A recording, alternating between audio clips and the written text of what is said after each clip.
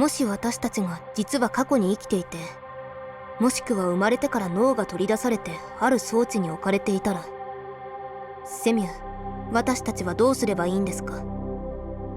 その話か。ちょうど昨日似たような設定の映画を見たんだよね。主人公は夢から覚めたら周りの人が自分と同じく無境で生きていることに気づいた。他の人を起こそうとしたが逆にその人たちに恨まれた。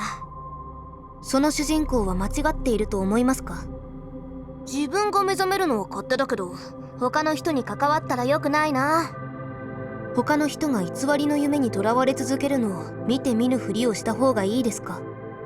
だってあいつらの世界はもう終わったから、外界は人間が生活するのに適してない環境になったもん。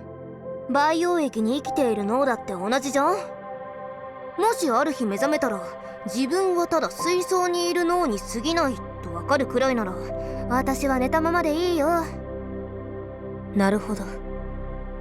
てかこの話題全然楽しくない。重すぎ。普段から何考えてんの？学生なんだからもっと学生が見るようなものを見ようよ。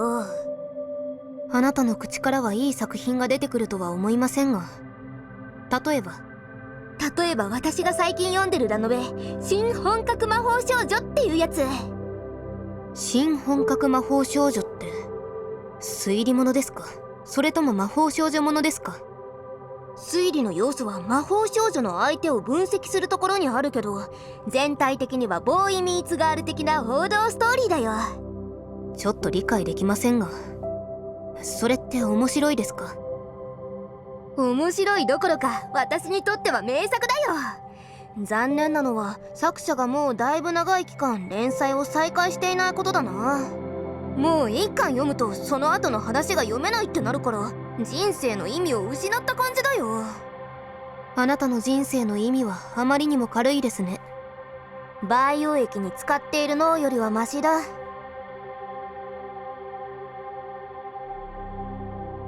もし自分が水槽の中の脳って分かったら、アルテアはどうするの？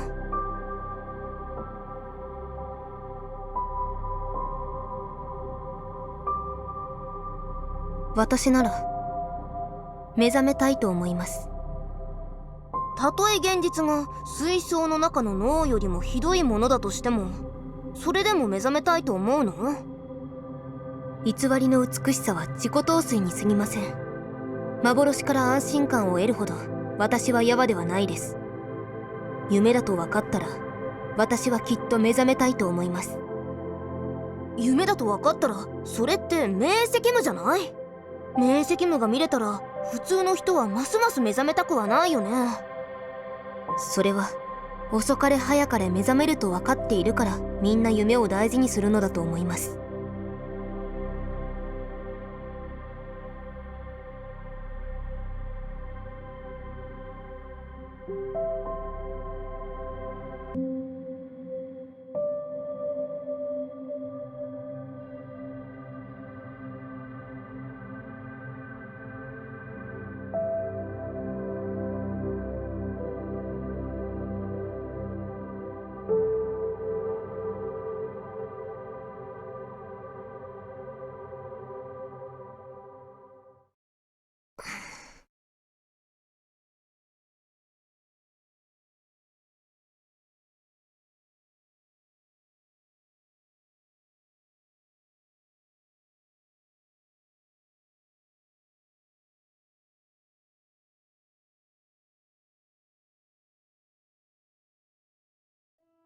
うーん、つまりこれがあなたの今の家ですか？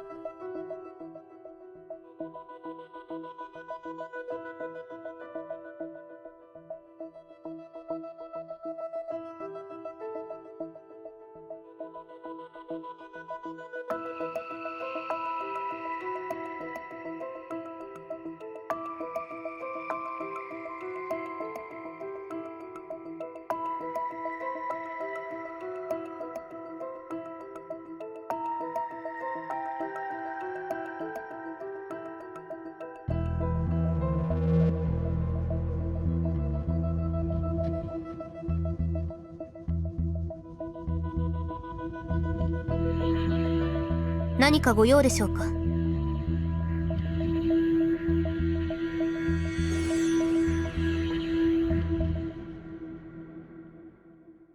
その写真に写っているご夫婦はとても優しくていい人たちに見えます。多分あなたのご両親ですよね。そうです。ありがとうございます。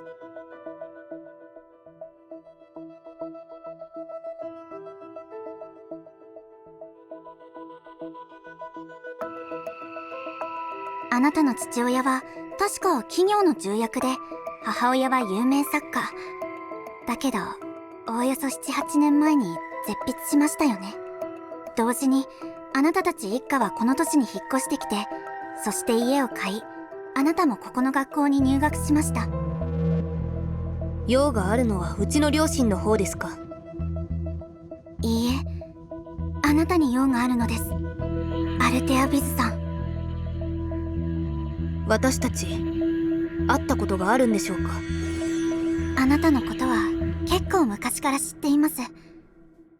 映画に出演した覚えはないんですが。聞いてください、アルテアさん。他人の人生を剥奪するのは良くないことです。言葉の意味がわかりません。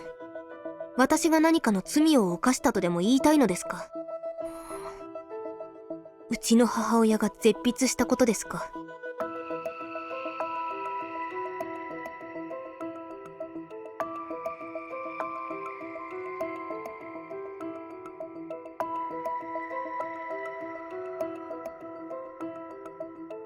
それは一部に過ぎません。アルテアさん、私の名前はあなたに真実を伝えに来ました。あなたは他人のとしています。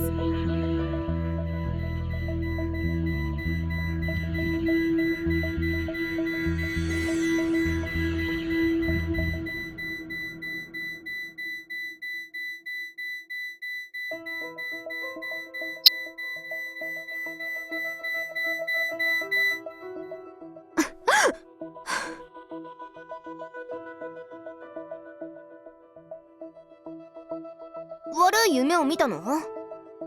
私、寝てました。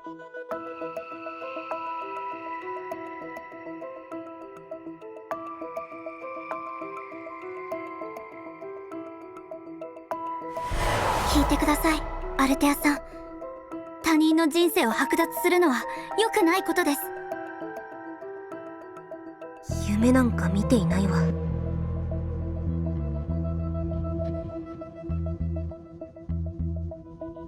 あれは現実だった。